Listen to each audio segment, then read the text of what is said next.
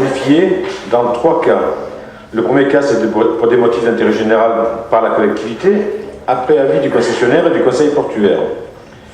Le deuxième cas, c'est au premier de chaque année, en hausse comme en baisse par application d'une formule de variation dont je vous ferai... quoique non, je vais peut-être vous la citer quand même. Bon, c'est des formules classiques de variation avec une part fixe à 0,15 à 15% et une part variable à 85% indexée. Et le troisième cas, c'est à la demande du concessionnaire dans les cas suivants. Si le montant des impôts et redevances à la charge du concessionnaire varie de façon significative ou si l'indice de référence est supprimé par l'INSEE.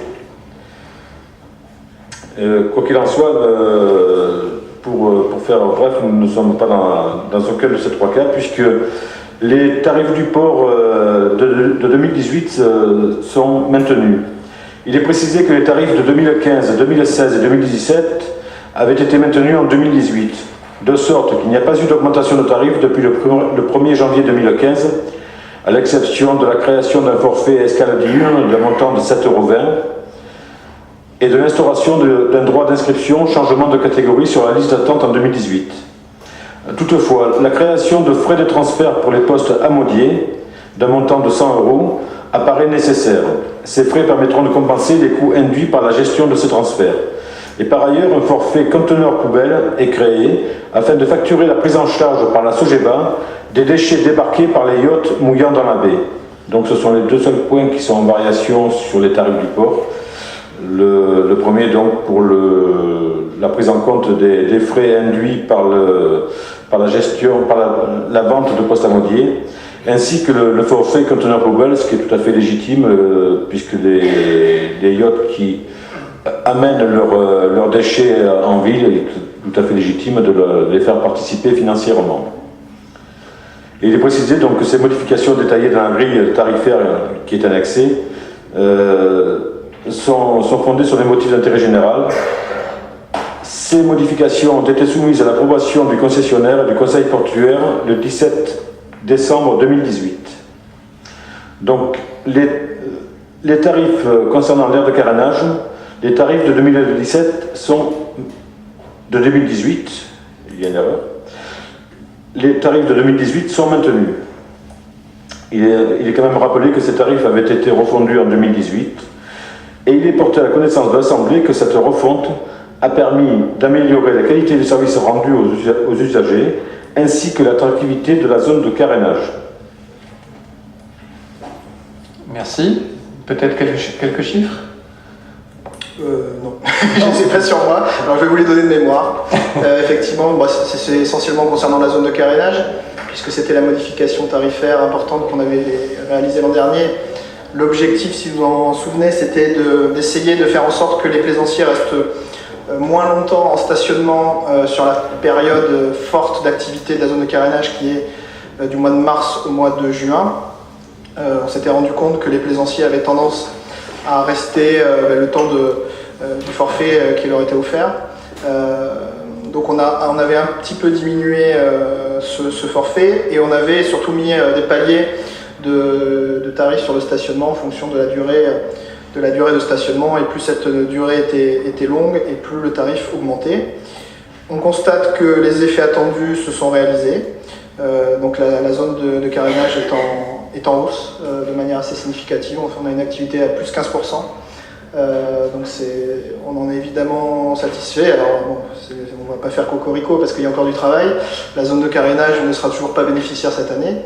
On partait de loin. Je rappelle que la zone de carénage fait un chiffre d'affaires de 300 000 € et perdait 100 000 € par an. Donc avant de retrouver un équilibre, il y a encore du travail, mais je pense qu'on va dans le bon sens. Je ne vous cache pas qu'il y a des investissements lourds à faire également sur la zone de carénage. On en a fait là, on a reçu une nouvelle grue pour un montant de 160 000 €. Donc quand vous faites 300 000 € de chiffre d'affaires, vous imaginez bien qu'un investissement pareil met du temps à s'amortir. Mais voilà, je pense que ça va dans le bon sens. On a un retour également positif de la majorité des artisans présents sur la zone et extérieure qui nous disent qu'eux aussi on fait une bonne saison. Donc voilà, on est satisfait. Il y a encore des choses à améliorer. On en a discuté lors du conseil portuaire de lundi. Donc voilà, on est en train de mettre ça en œuvre pour essayer de dynamiser encore plus la zone. Parfait. Y a-t-il des questions? Qui est contre? Qui s'abstient? Qui est pour? Alors, la délibération numéro 20 concerne les parcs de stationnement couverts et non couverts, c'est-à-dire donc les parkings.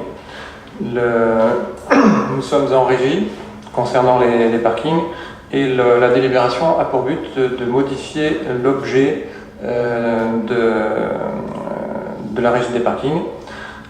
Actuellement, il est noté: la présente régie a pour objet la gestion des parcs de stationnement et du stationnement en voirie de la commune de Bandol, donc stationnement en voirie, les horodateurs. Considérant que le maire, en tant que détenteur du pouvoir de police spécial à la circulation et du stationnement, est compétent pour réglementer le stationnement, il y a eu les effets de la loi MAPTAM qui a modernisé l'action publique et qui a organisé la dépénalisation et la décentralisation du stationnement payant. Et par ailleurs, ce sont les agents de la police municipale qui dressent les avis du FPS, donc qui a remplacé les amendes depuis le 1er janvier 2018. Donc il est logique que la régie garde dans ses statuts pour objet la gestion des parcs de stationnement et la commune le stationnement en voirie. Donc l'article premier objet de la régie est maintenant rédigé. La présente régie, dotée de la seule autonomie financière, a pour objet la gestion des parcs de stationnement de la ville. Y a-t-il des questions? Qui est contre? Qui s'abstient? Qui est pour? Délibération numéro 21, Monsieur Rocheteau. Oui, cette délibération concerne la modification des statuts du SICTIAM, qui est le syndicat mixte d'ingénierie pour les collectivités et territoires innovants des Alpes et Méditerranée. Donc, en fait, le SICTIAM est un syndicat qui nous permet d'avoir accès à un panel de services informatiques et notamment des progiciels utilisés par les différents services de la commune.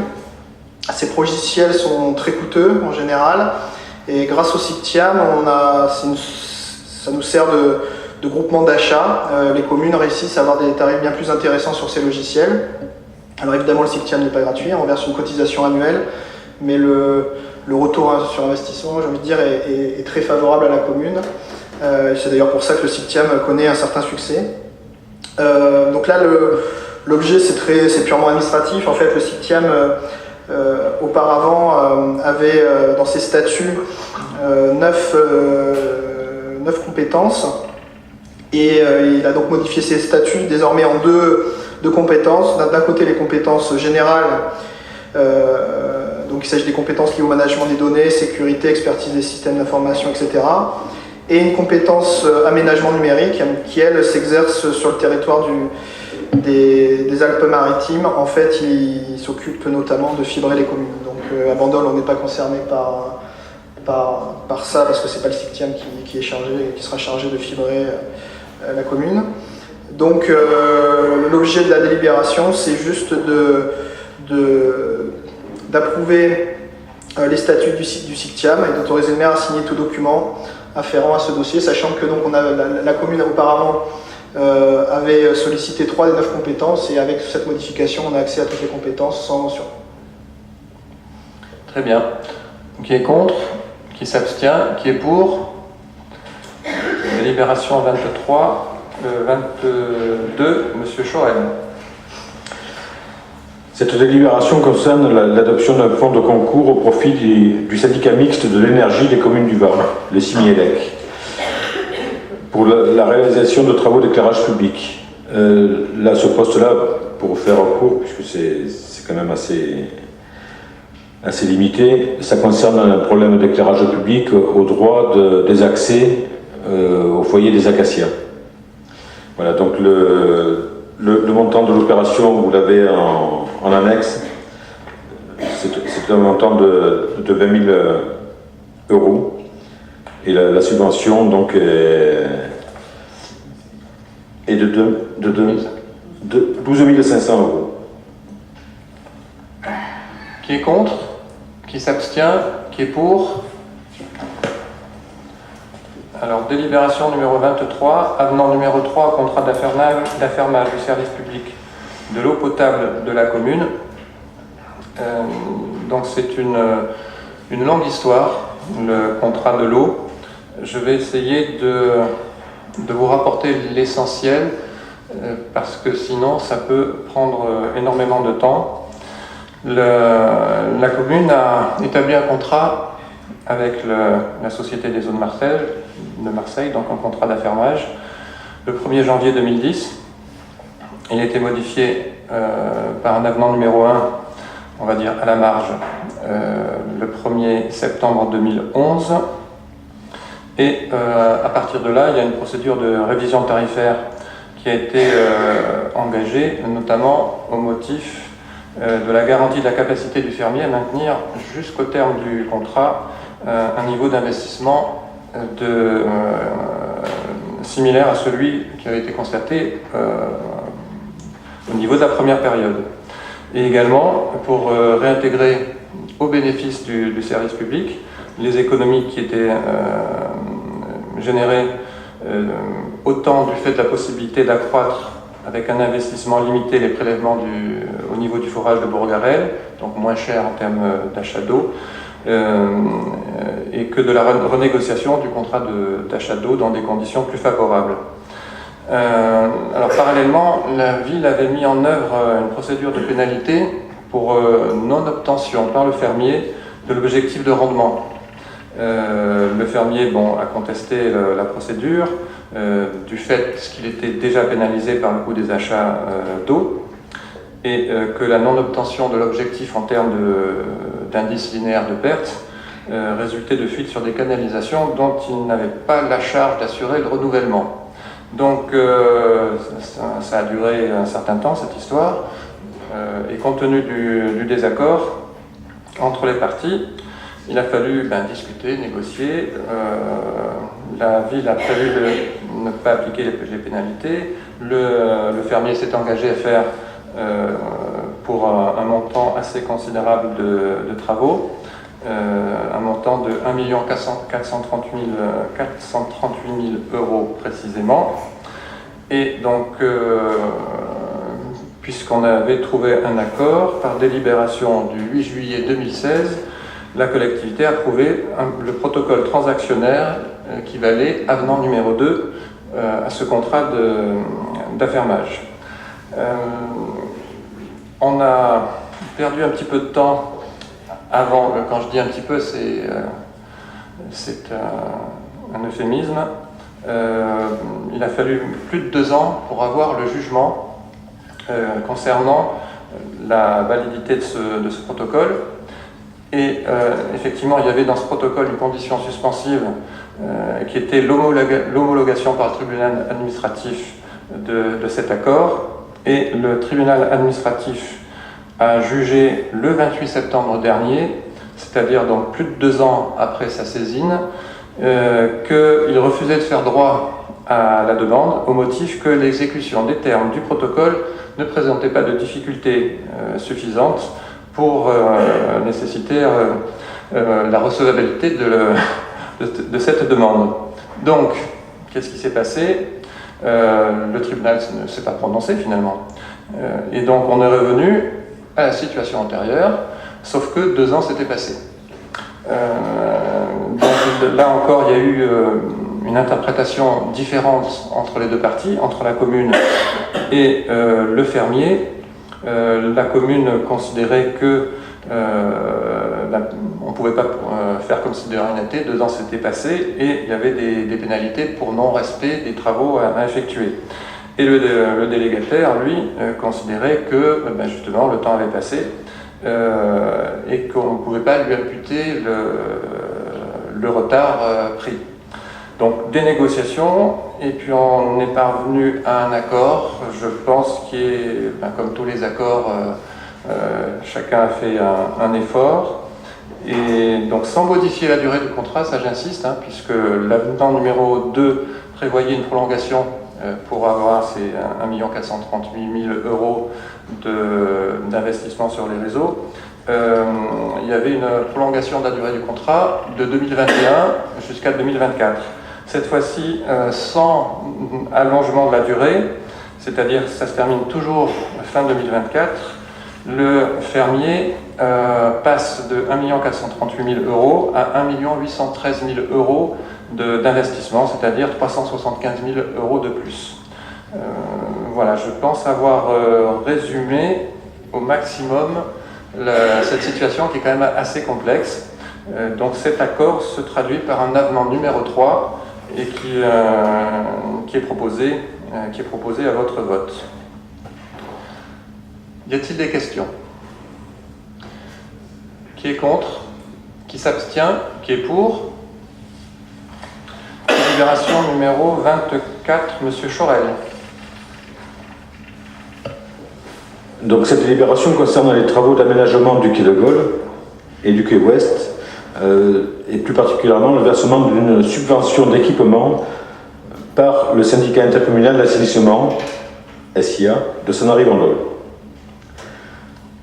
Les travaux d'aménagement du quai de Gaulle, qui ont commencé le 3 décembre 2018, comprennent la restructuration des réseaux publics d'assainissement et notamment la création d'un réseau public d'assainissement collectif sur la place de l'Europe qui doit être raccordé à la station de relevage Victor Hugo. Ceci étant hors emprise des terrasses et des commerces de bouche et pour un montant de 676 000 euros. Par ailleurs, les travaux programmés d'aménagement du quai Ouest nécessitent le dévoiement des 2 conduites d'assainissement alimentant le poste de refoulement de Bandol-Port pour un montant de 220 000 euros, ainsi que la modification de la station de relevage par l'implantation d'un système de désodorisation et la mise en place d'un système de traitement au chlorure ferrique pour un montant de 350 000 euros. Hors taxe, tous ces montants-là. Considérant que ces travaux concourent au schéma directeur du syndicat intercommunal d'assainissement de Sanary-sur-Mer Bandol, il est proposé de financer une partie de ces travaux d'assainissement collectif au travers du versement par le syndicat intercommunal d'assainissement d'une subvention d'équipement d'un montant de 500 000 euros. Y a-t-il des questions? Qui est contre? Qui s'abstient? Qui est pour? Délibération numéro 25, Monsieur Chorel. Cette délibération concerne la dissolution des budgets annexes M49, eau et assainissement.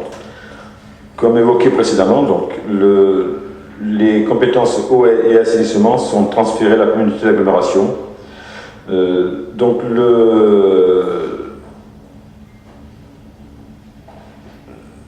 le conseil communautaire donc, a opté pour l'anticipation de cette reprise de compétences. Les statuts de la communauté ont été modifiés en conséquence par arrêté préfectoral du 23 octobre. Donc il s'agit maintenant, puisque ce transfert sera effectif au 1er janvier, de procéder à la dissolution des budgets annexes eau et assainissement, conformément à la nomenclature comptable et budgétaire M49. Qui est contre? Oui, Monsieur Valero. Merci, Monsieur le maire. Je voudrais savoir si la dissolution a été faite, tous ces budgets annexes vont...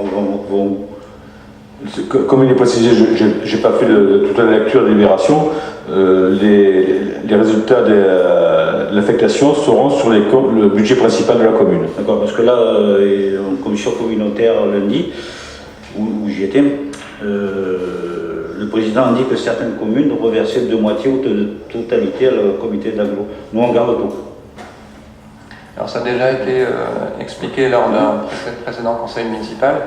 On a voté 500 000 euros de transfert au budget principal de la commune et le reste passe à la communauté d'agglomération. Alors, il y a une partie qui va à la communauté d'agglo. Oui, sur donc un total de 1 million, 2 ou 3.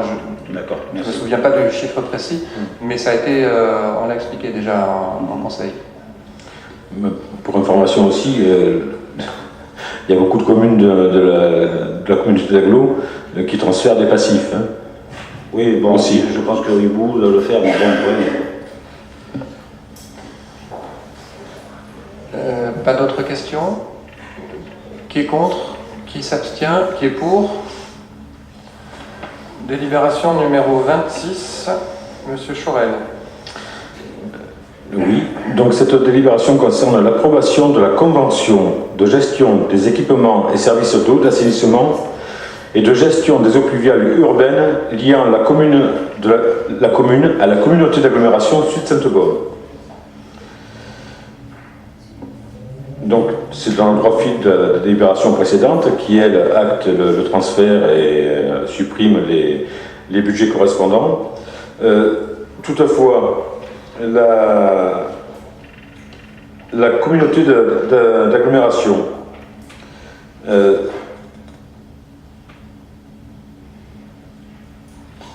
a considéré qu'elle n'était pas totalement en capacité pour assumer ses compétences.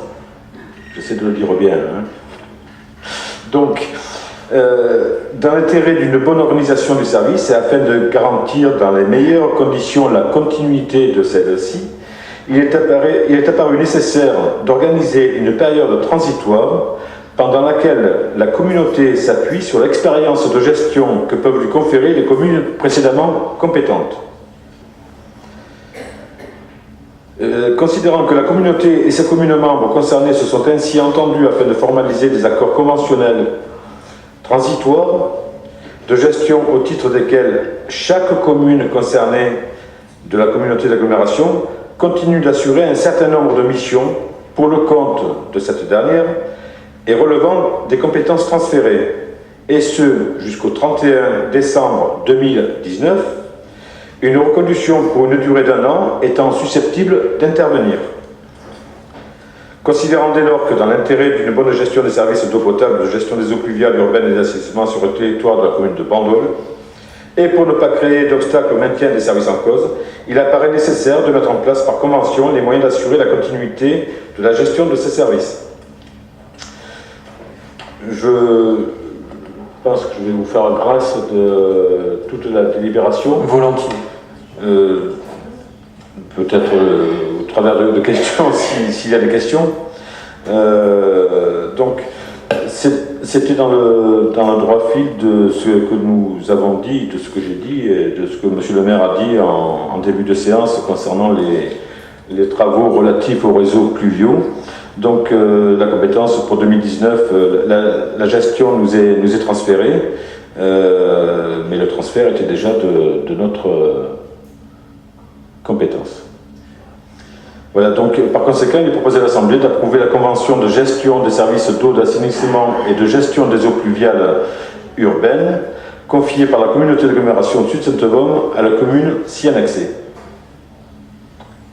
Y a-t-il des questions? Monsieur Valero. Merci, monsieur le maire. Comme vous avez parlé de ça en préambule du conseil municipal, sur les 11 ouvrages qui vont être faits, il y en a 3 qui ont été prévus dans le budget principal de la commune, d'après ce que j'ai compris. C'est ça? Oui. Je voudrais savoir les 8 autres.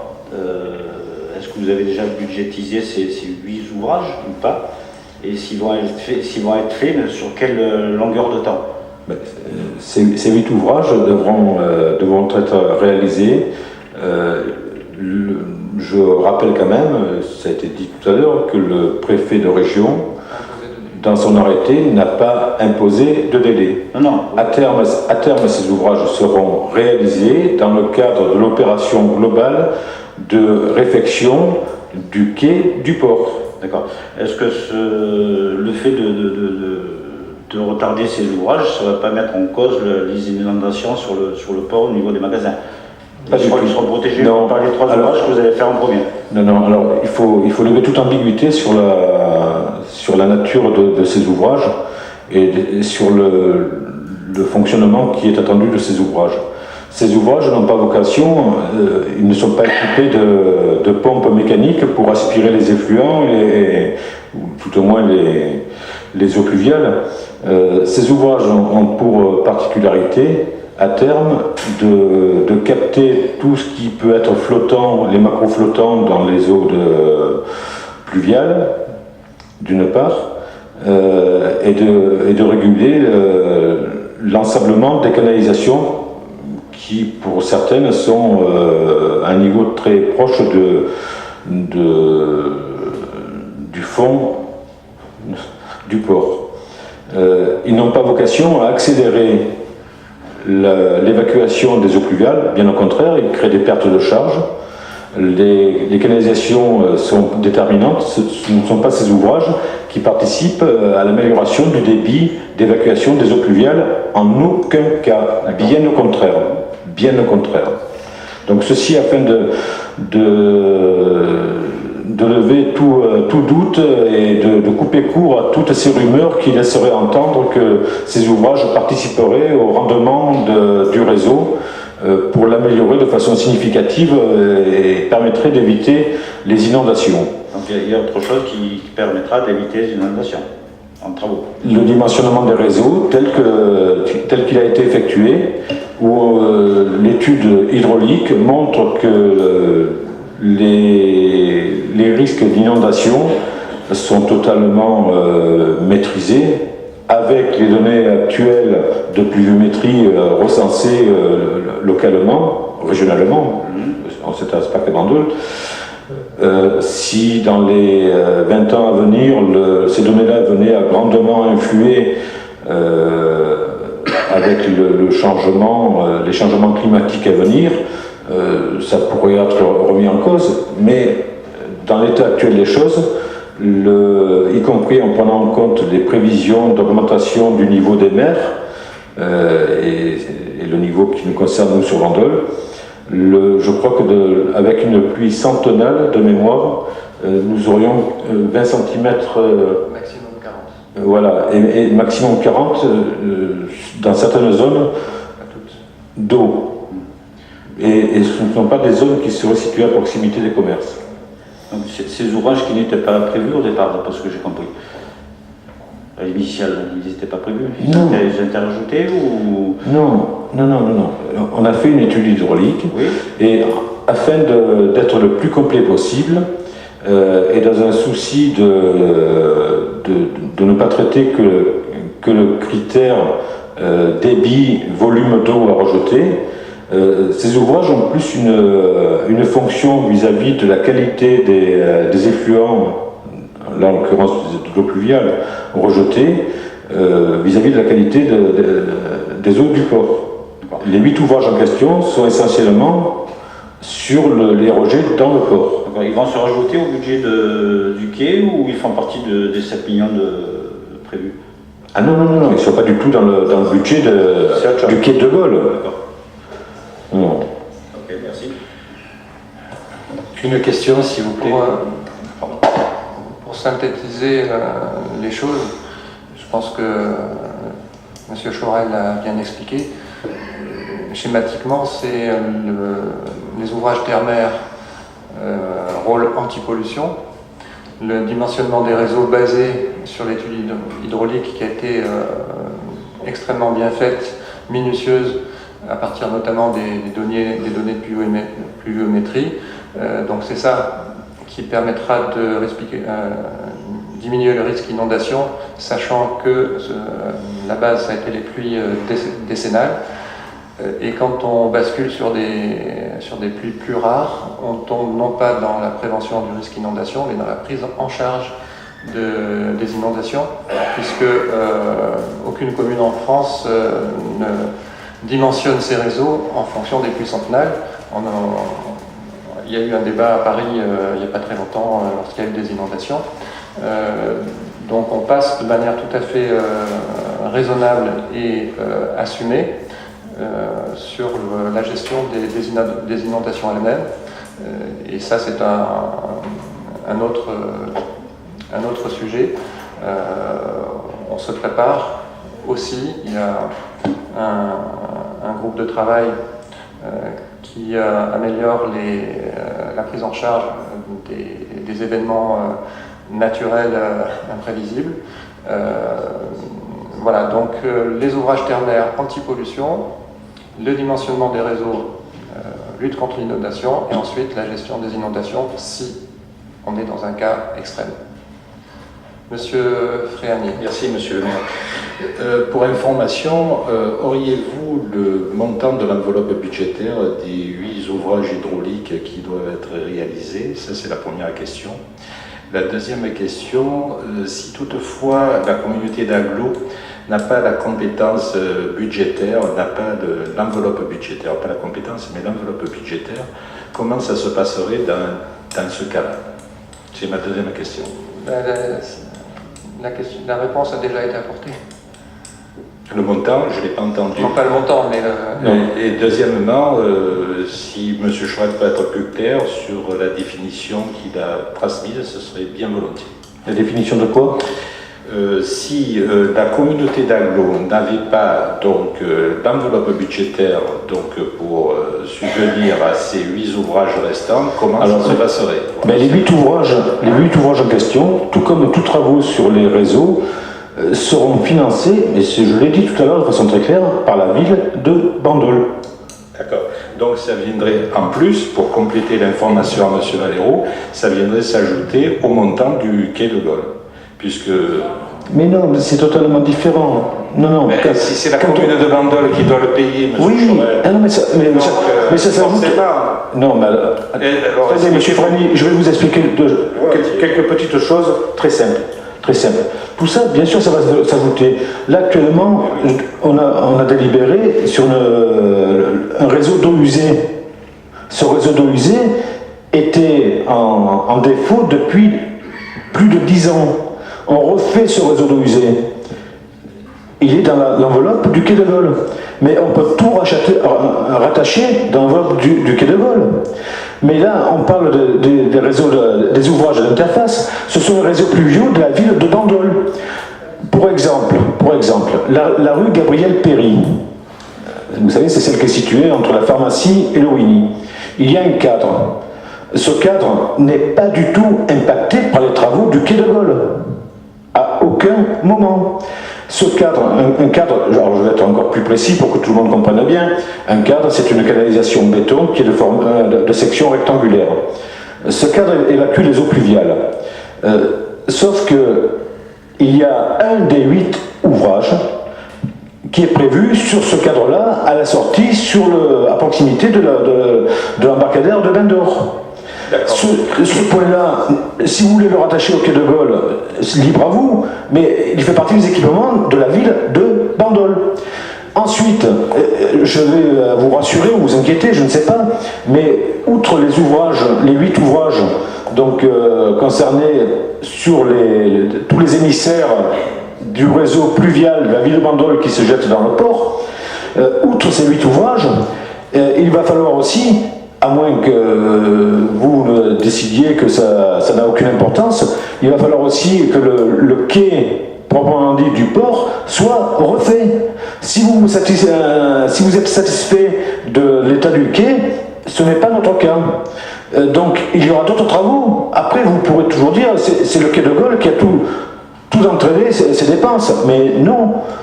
Alors que le Gaulle n'est pas responsable. J'ai bien compris, mais pour couper court, est-ce que vous pouvez donner donc le montant, l'enveloppe donc des 8 ouvrages hydrauliques qui restent à faire? Est-ce que vous l'avez chiffré? Non, ça n'a pas été chiffré. Mais je vous remercie. Ça a été estimé, mais un ouvrage de ce type, tout dépend quel est le niveau qualitatif que l'on va fixer. Tout dépend du niveau qualitatif que l'on va fixer. Si vous voulez me faire dire que ça va coûter aussi cher qu'à Sanary, je n'en sais rien. Je pose juste une question, hein, c'est tout. C'est prématuré, puisqu'ils ne vont pas être faits tout de suite. Donc il y a 3 ouvrages prioritaires qui ont été définis par l'étude hydraulique, par l'hydraulicien, à ma demande d'ailleurs. Donc ces ouvrages vont être réalisés dans le cadre du quai de Gaulle. Les autres sont moins urgents. Et là, vous avez déjà une indication sur le montant, puisque on a évalué à 200 000 euros les 3 ouvrages. D'accord. C'est budgété. Donc ça vous donne un ordre de grandeur. D'accord, c'est très bien. Pour la suite. D'accord, je vous remercie. Monsieur le maire. Monsieur Rocheteau. Oui, juste, on peut aussi, parce que on lit beaucoup cette question des ouvrages comme si c'était un mal de ne pas les faire maintenant. Mais vous avez conscience, et on en entend quand même suffisamment parler actuellement, que les travaux qui sont lancés et qui vont attaquer de manière assez conséquente début janvier sont des travaux importants. Imaginez si on fait du côté nord les travaux de la promenade et côté sud ces travaux-là, qui sont quand même des travaux, il va falloir, on parle d'ouvrir le quai du port, hein, on ne parle pas d'autre chose. Bandol, enfin déjà que des personnes nous disent que la circulation est plus difficile, imaginez bien que là vous bloquez complètement la ville, donc il y a quand même une logique à dire qu'on s'occupe d'abord d'un côté et on s'occupera ensuite de l'autre côté. Et il nous a semblé, et là je pense encore que c'est dans la priorisation des choses, il paraissait quand même logique, comme il vous a été dit tout à l'heure, de traiter d'abord le problème fonctionnel d'évacuation des eaux pluviales, puisque certains commerces sont inondés, que traiter le côté pollution. Alors l'idée c'est pas de dire que le côté pollution on s'en fout et c'est pas important, mais il fallait prioriser. Voilà. Non, c'est important parce qu'il y a un delta de 800 000 € quand même. Donc c'est à prendre en compte, quoi. C'est tout, hein, c'est une remarque. Je sais pas d'où viennent ces 800 000 €.